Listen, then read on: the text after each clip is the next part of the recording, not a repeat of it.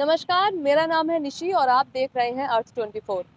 एक कहावत है, स्वास्थ्य ही धन है। और बिल्कुल सही कहावत है। अगर आपको अपनी खुशहाल जिंदगी जीनी है तो आपको अपने स्वास्थ्य पे ध्यान देना चाहिए। कोरोना वायरस उसी व्यक्ति को नहीं हुआ है जिसको इम्यूनिटी सिस्टम स्ट्रांग थी, यानी जिसकी इम्यूनिटी बहुत अच्छी थी। इसी को देखते हुए WHO ने भी एक अपनी गाइडलाइन जारी की और लोगों से अपील किया कि आप अपनी इम्यूनिटी को बहुत स्ट्रांग रखें। भारत सरकार ने भी कई गाइडलाइन जारी करते हुए लोगों को समझाया कि कैसे खान पीन और एक्सरसाइज से आप अपनी इम्यूनिटी को बूस्ट कर सकते हैं, यानी मजबूत बना सकते हैं। कुछ लोगों को ये बात समझ में आई, लेकिन कुछ लोग अभी भी इस बात को लेकर कंफ्यूज है कि उनकी इम्यूनिटी बूस्ट कैसे होगी। कुछ लोगों के सवाल थे कि जिनको बीमारी है, जिनको हाई बीपी है और जिनको डायबिटीज है या कोई अन्य बीमारी से ग्रस्त है, तो उनकी इम्यूनिटी कैसे स्ट्रांग होगी। इसी सवाल को हम डॉक्टर राकेश कुमार पासवान से बात करें और उनसे हमने इस बातचीत में पूछा कि आखिर में ये इम्यूनिटी कैसे बूस्ट होगी और कैसे ये ठीक होगा। तो आइए चलते हैं इस विषय पर डॉक्टर राकेश पासवान क्या कहते हैं। बहुत अच्छा सवाल है आपका कि जिन लोगों की इम्यूनिटी जो है कमज़ोर है, उन लोगों का इस नए स्ट्रेन से क्या रहेगा।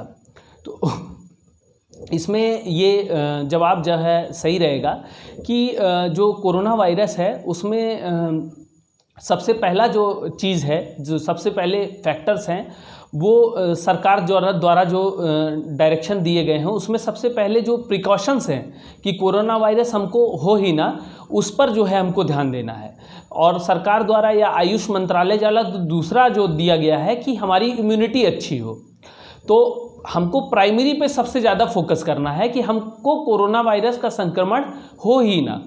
तो अगर होगा नहीं, तो अगर मान लीजिए हमारी इम्यूनिटी कमज़ोर भी है तो हमको कोई प्रॉब्लम नहीं है, हम उससे बच सकते हैं। अगर मान लीजिए कुछ ऐसी इम्यूनो कॉम्प्रोमाइज्ड कंडीशन हमको है, जैसे HIV है, डायबिटीज़ है या कोई और कोमॉर्बिड इलनेस है, क्रॉनिक रीनल फेलियर है, तो उस कंडीशन में कोरोना वायरस से हमारे इन्फेक्शन होने पर बीमारी का जो रूप होगा उसका गंभीर होने का चांस ज़्यादा है।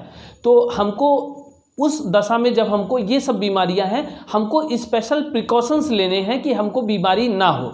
जो सरकार द्वारा दिए गए गाइडलाइन है उसके अलावा हम अपनी भी कुछ गाइडलाइंस बना सकते हैं कि हम अपने घर परिवार के सदस्यों से भी इतनी दूरी बनाकर रखेंगे और कोई भी बाहर की चीज़ों को इस तरीके से ग्रहण करेंगे। तो इससे जो है हम जो इन्फेक्शन है उससे बच सकते हैं। तो पहला तो चरण यही होगा कि ऐसे लोगों को ज़्यादा कॉशियस रहना है, ज़्यादा होशियार रहना है कि उनको इन्फेक्शन ना हो। अब मान लीजिए कि बात यह है कि फिर भी अगर वो चाहते हैं कि उनका इम्यूनिटी बूस्टअप रहे, तो इसमें ये सबसे अच्छी बात है कि जो आयुष मंत्रालय है, आप उसकी ऑफिशियल वेबसाइट पे जा कर के देख सकते हैं। बहुत सारे आयुर्वेदिक पदार्थों का उसमें उल्लेख है जिनका आप सेवन कर सकते हैं या उनसे बने प्रोडक्ट्स आप ले सकते हैं।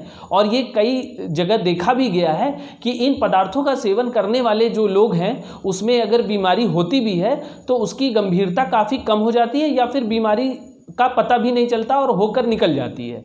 ठीक है, फिर भी अगर मान लीजिए हो भी जाती है ये बीमारी, तो अभी इसमें बहुत ज़्यादा पैनिक होने की ज़रूरत नहीं है। सरकार द्वारा जो भी आपको गाइडलाइन दिया गया है कि आपको कोई लक्षण है, आपको कोई लक्षण नहीं है, आपको कोई कोमॉर्बिड इलनेस है, कोमॉर्बिड इलनेस नहीं है, उसके हिसाब से आपको जो डायरेक्शन दिया जाता है कि आपको घर पे रहना है, आपको हॉस्पिटल में हॉस्पिटलाइज होना है, L1 में जाना है, L2 में जाना है, L3 में जाना है, अगर आप उसको सही से समझेंगे और ज़बरदस्ती का जो है दबाव नहीं बनाएंगे कि नहीं हमको होम आइसोलेशन ही चाहिए, हम हॉस्पिटल में एडमिट नहीं होंगे या हम जांच नहीं कराएंगे, तो वो बीमारी आपकी गंभीर रूप ले लेगी और फिर आपका बचना और आपका सही होना मुश्किल हो जाएगा।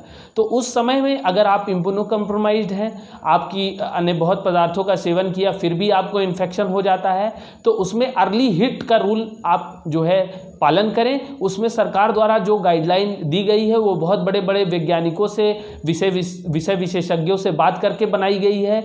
उसमें जो है आप किसी भी प्रकार का बाधा ना बने और उसका इलाज कराएं। इलाज से भी आजकल बहुत सारे कोविड पेशेंट्स एकदम ठीक हो जा रहे हैं, कई डायबिटीज़ के पेशेंट ठीक हो जा रहे हैं, 90 साल के लोग ठीक हो जा रहे हैं।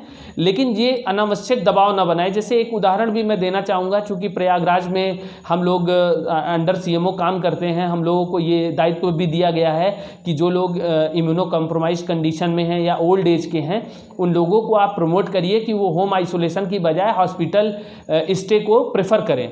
तो हम लोग काउंसलिंग करते हैं तो लोग अमूमन यही कहते हैं, नहीं हम अपना ध्यान घर पे ज़्यादा अच्छे से रख लेंगे, हम अपनी केयर ज़्यादा अच्छे से कर लेंगे। लेकिन उसमें ये बात ध्यान रखनी है कि जो कोविड का सिम्टम है, जैसे मान लीजिए ऑक्सीजन सेचुरेशन का फॉल होना, वो आप घर पे कैसे देख पाओगे? आज 90 तक तो सेचुरेशन डाउन होने पर आप समझ ही नहीं पाओगे कि आपकी ऑक्सीजन डाउन हो रही है। जब एकदम डाउन हो जाएगी, 85 पे पहुंच जाएगी, आपकी सांस फूलने लगेगी, स्थिति गंभीर हो जाएगी, तब आप बात करोगे। बात करने में, शिफ्ट होने में 6-8 घंटे लग जाएंगे और फिर उसके बीच में आपकी हालत लगातार खराब होती जाएगी, फेफड़े और दूसरे ऑर्गन्स काम करना बंद कर देंगे और आपके बचने की और ठीक होने की संभावना बहुत कम हो जाएगी। तो इसलिए सरकार ने हर चीज़ के हर स्तर पे एक प्रोटोकॉल बना रखा है, उस प्रोटोकॉल का पालन करिए और आप इस नए स्ट्रेन से भी उसी साहस से लड़ करके विजयी बनेंगे जिस साहस से आप पुराने कोरोना के स्ट्रेन से जीते हैं।